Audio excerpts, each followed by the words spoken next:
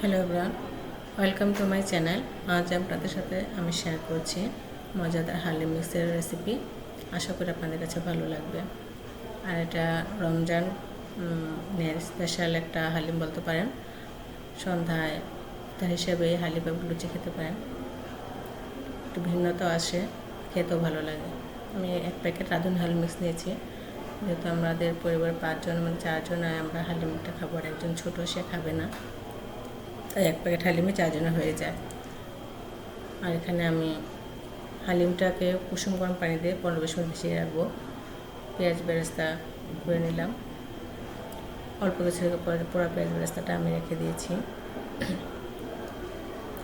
এখানে আমি একটা দেশি মোরগ নিয়েছি, আর অল্প অল্প করে সব মশলা একটু দিয়েছি। যেহেতু আমি এখানে হালিম মিক্সের মশলাটাও অ্যাড করবো, তো অল্প করে দিলাম আলাদা স্বাদের জন্য।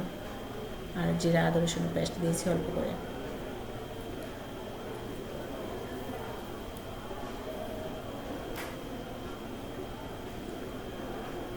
মাংসটাকে ভালোভাবে কষিয়ে নেবো এইভাবে।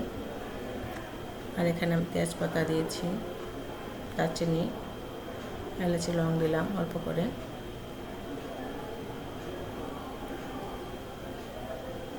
আর এই মাংসটাকে ভালোভাবে আমি কষাবো।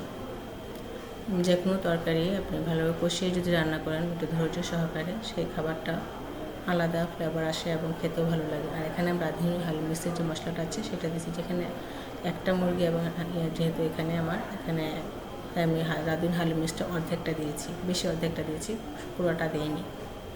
যেহেতু দেশি মুরগি বাচ্চা এবং এটা ছোটো একটা বাচ্চা, তাই আমি এখানে মশলাটা একটু কম দিলাম হালিম মিক্সে। এটা কষানো হয়ে গেলে পরিমাণ মতো পানি দিয়ে দেবো। যেহেতু আমি হালিম মিক্স অ্যাড করবো, তাই পানিটা একটু বেশি পরিমাণে দিতে হবে। আর পানিটা ফুটে উঠলেই তারপর হালিম মিক্সটা মেশাতে হবে।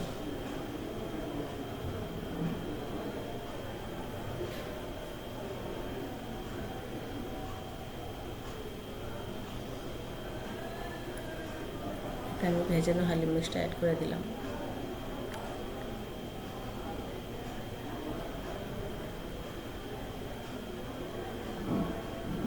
আর আমি এখানে হালিম দিয়ে লুচি খাবো, তাই আমি লুচি ভেজে নিলাম। আর এখানে পেঁয়াজ বেরেস্তা, ধনে পাতা, আদা কুচি সবগুলো দিয়ে হালিমটা বাটিতে দেখতেই পাচ্ছেন কেমন হয়েছে, কালারটা কত সুন্দর হয়েছে। আর এটা লুচি দিয়ে এভাবে হালিমটা খেলে অসাধারণ লাগে, মানে মাইন্ড ব্লোয়িং, মানে চোখ বন্ধ হয়ে করে খাওয়া যায় এই রেসিপিটা, এই খাবারটা। তো আশা করি আপনার কাছে ভালো লাগবে। ভালো লাগলে কমেন্ট করে জানাবেন প্লিজ। আজ এই পর্যন্তই। ভালো থাকবেন সবাই। ধন্যবাদ সবাইকে।